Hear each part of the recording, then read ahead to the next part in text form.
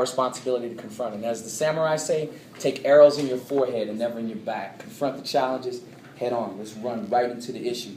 You know, the anti-venom is found in the venom.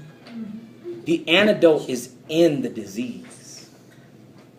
You got to go deep into it to pull out the solution, the healing.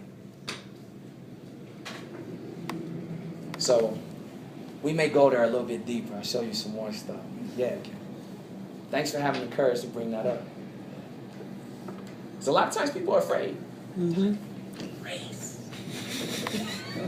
Whisper. Yes. So what are some tools that we can use to go deeper?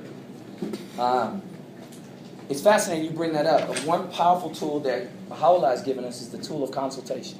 In the Baha'i community, there's a practice called consultation. To me, it's one of the most evolutionary instruments for creating healing.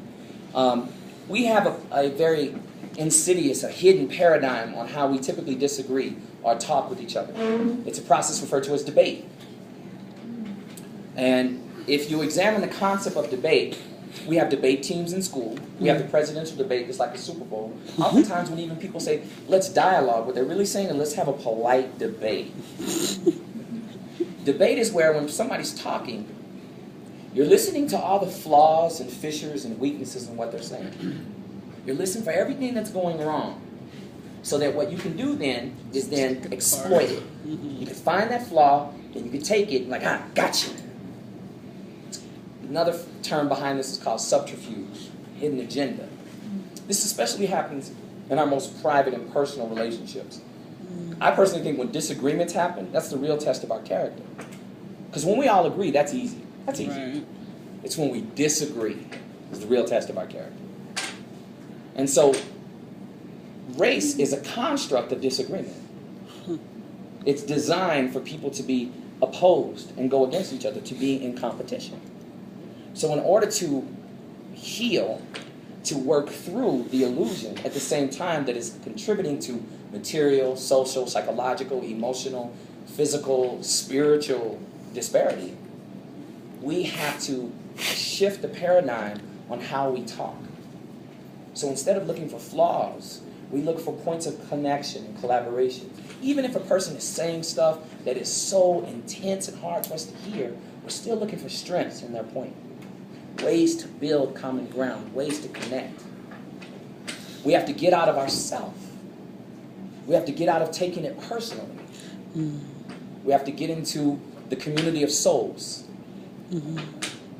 We have to get out of sometimes what NAU has been saying, what ASU has been saying. I do a lot of work with Mount Holyoke and Smith. I work with the community of Amherst in Amherst, Connecticut, in the 5 colleges, regions around there. There's a lot of pontification and, various neo-thoughts, and you got super conservatives over here and hyper-liberals over here. Really fast. In slavery, the liberal stance on slavery was treat your slaves well so they'll produce a lot of product for you. The conservative stance on slavery was do with your property as you will because that's your property. The slave stance on slavery was end slavery.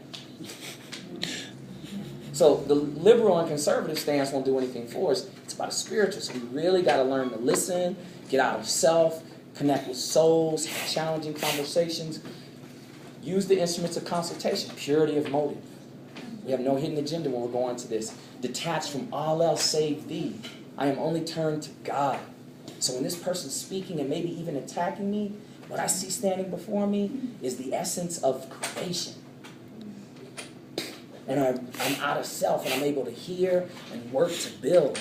We don't train ourselves like that. We want to, when you build new muscles, it stings. It stings when we build new muscles. We haven't built our spiritual muscles yet to work on race. So we got to start getting uncomfortable. That's just one idea. There's many more, but I want to get some other folks. Yeah. 2 more ideas. Why are you here tonight? I want to show you some stuff.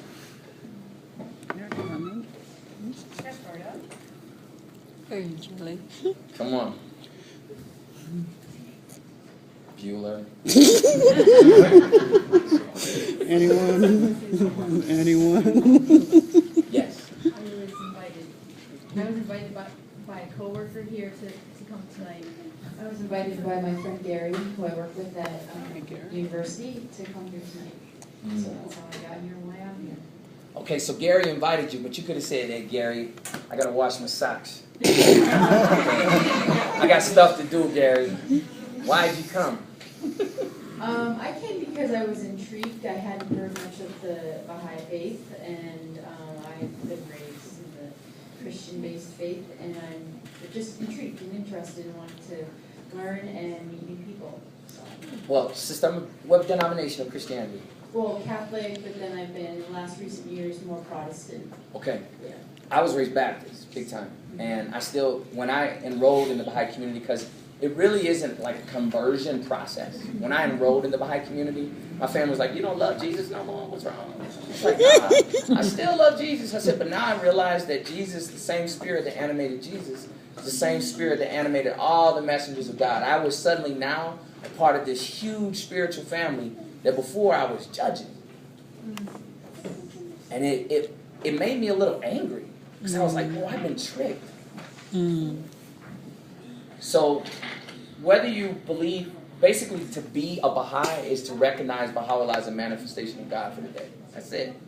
There's no like burning candle wax on certain parts of your body at night, sacrificing somebody's cat, you know. It's just like, oh yeah, that's a manifestation. Yeah, you want you to understand what a manifestation is. Like, you can't look into the sun because it's so bright, it's so powerful. But you can look into this mirror and you can see the sun. Now, a manifestation is a mirror that will never get dusty by the world.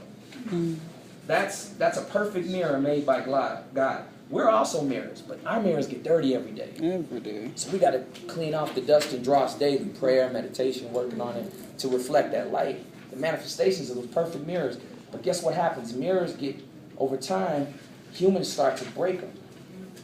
They start to tear fragments off of little pieces and make their own little mirrors over here, even from that perfect mirror. Then God's like, got to send you a new mirror. That's why every 500 to 1,000 years, new ones come. Anyway. Yeah, we'll talk more. One other person. Why are you here tonight? Because we love you, Calvin. I love you too. I love you too. I love you too. Go ahead, brother. Go ahead. Calvin, I saw you about 9 or 10 years ago. You came to do a little program with the county health department, or actually Coconino County. Yeah. And I was working there in HIV prevention at the time, and my partner and I were really moved by what you spoke and the way you addressed race, and privilege, and how we all had to stand up what we represented. Yes.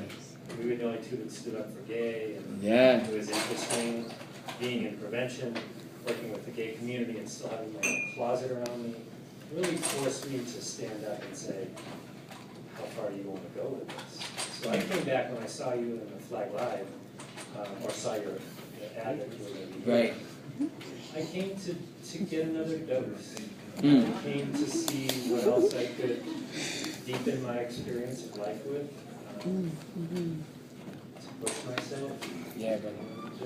to admit that I'm a racist, and a homophobe, you name it. I can do it all. We got it all. I don't want to. I just let it. And I'm thankful, brother, that you said that piece that because what we are is noble beings. We don't want to do it. But we've been tricked. We've been programmed. It's funny, you bring up the piece on homophobia. I was doing a community conversation here about gay, lesbian, trans